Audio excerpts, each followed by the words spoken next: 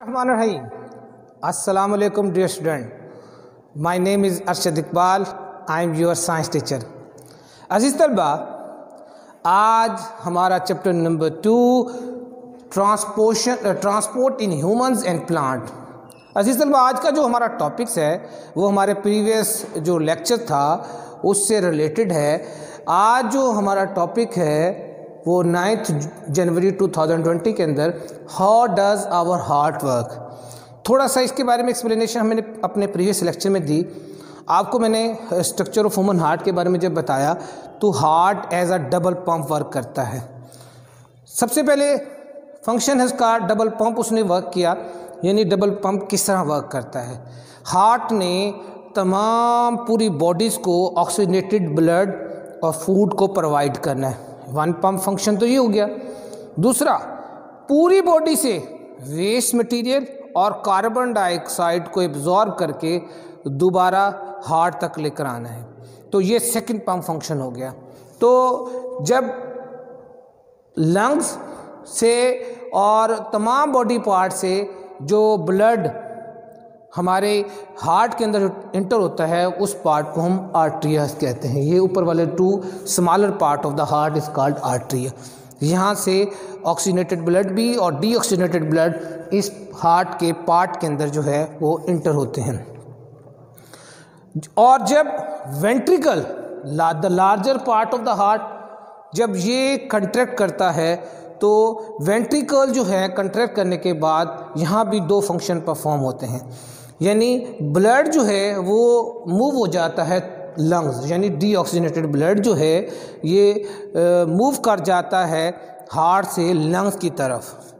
और दूसरी तरफ से जो नेक्स्ट फंक्शन होता है वो जो वेंट्रिकल जब कंट्रैक्ट करते हैं तो ब्लड जो है वो all part of the body तक, यानी बॉडी के तमाम सेल्स तक जो है वो रीच हो जाता है। इस तरह जब हार्ट पंपिंग करता है तो हार्ट की इस पंपिंग को हम बीट कहते हैं। और कॉमन ह्यूमन हार्ट जो है वो 70 टाइम यानी 70 दफ़ा हार्ट जो है वो बीट कर रहा होता है। हार्ट की धड़कन जो है वो 70 दफ़ा 1 मिनट पर मिनट के अंदर। ये बड़ा इंपॉर्टेंट MCQ है अज़ीज़ तलबा, इसको आपने ज़हन में रखना है।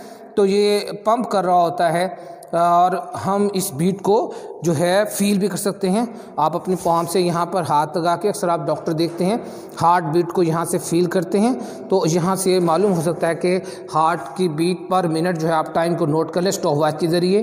तो आप देख सकते हैं कि आपका हार्ट जो है वो कितने टाइम जो है वो बीट कर रहा है। जो बर्ड्स हैं उनमें जो हार्ट बीटिंग जो है वो लार्जर देन होती है ह्यूमन से।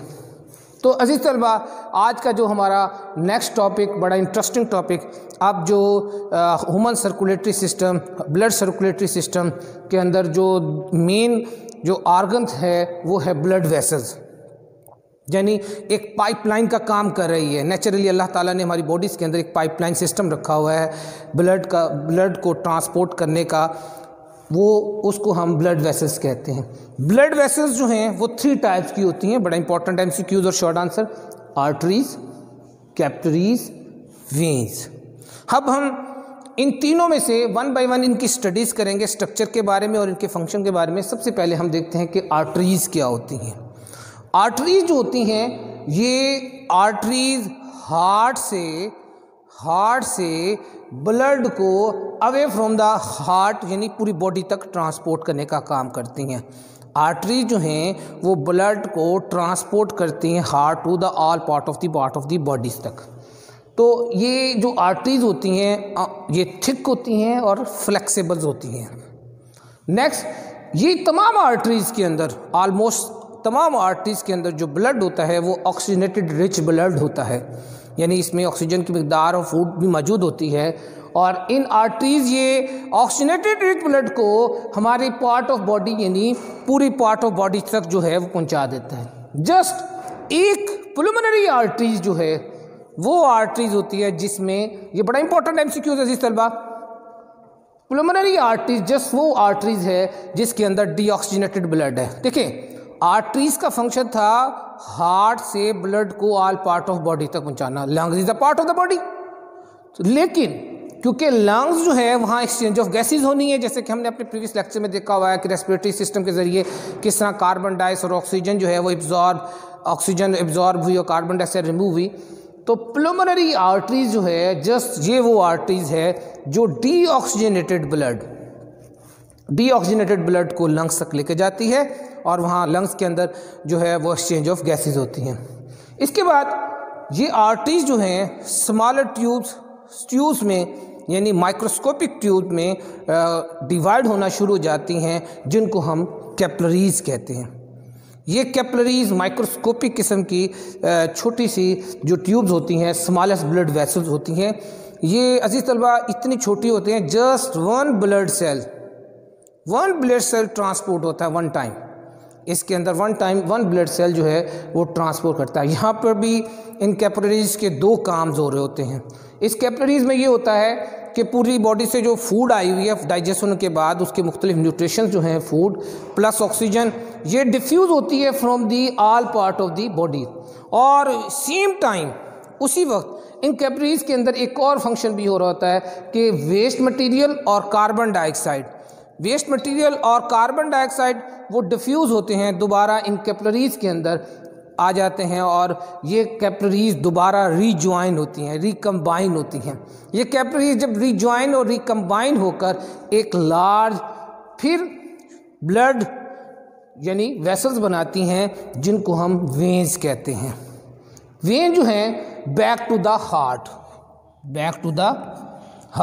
यानी जिस तरह मैंने बताया कि आर्टरीज जो हैं वो हार्ट से ब्लड को all part of the body लेकर जाती हैं। वेन का बिल्कुल ऑपोजिट फंक्शन होता है, यानी ये तमाम पूरी बॉडी से ब्लड को कलेक्ट करते हैं, कलेक्ट करके बैक टू द हार्ट की तरफ लेकर जाते हैं।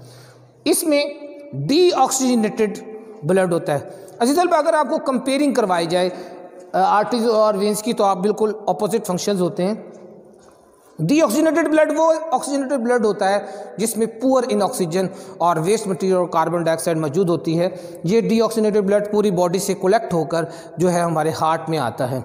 यहाँ पर भी एक इम्पॉर्टेंट पॉइंट है, जस्ट एक पुलमोनरी वेन्स अजीज तलबा पुलमोनरी वेन्स वो वेन्स है जिसके अंदर ऑक्सीजनेटेड ब्लड होता है। तो ये ऑक्सीजनेटेड ब्लड क्यों होता है कि आपने देखा क्योंकि ऑल पार्ट ऑफ बॉडी के अंदर लंग्स भी एक पार्ट ऑफ द बॉडी है, वहाँ से ऑक्सीजन को एब्जॉर्ब करके ये तमाम ब्लड जो है दोबारा अगेन हार्ट में आता है और हार्ट अगेन इस तमाम ब्लड को पूरी बॉडी के अंदर जो है वो ट्रांसपोर्ट करता है।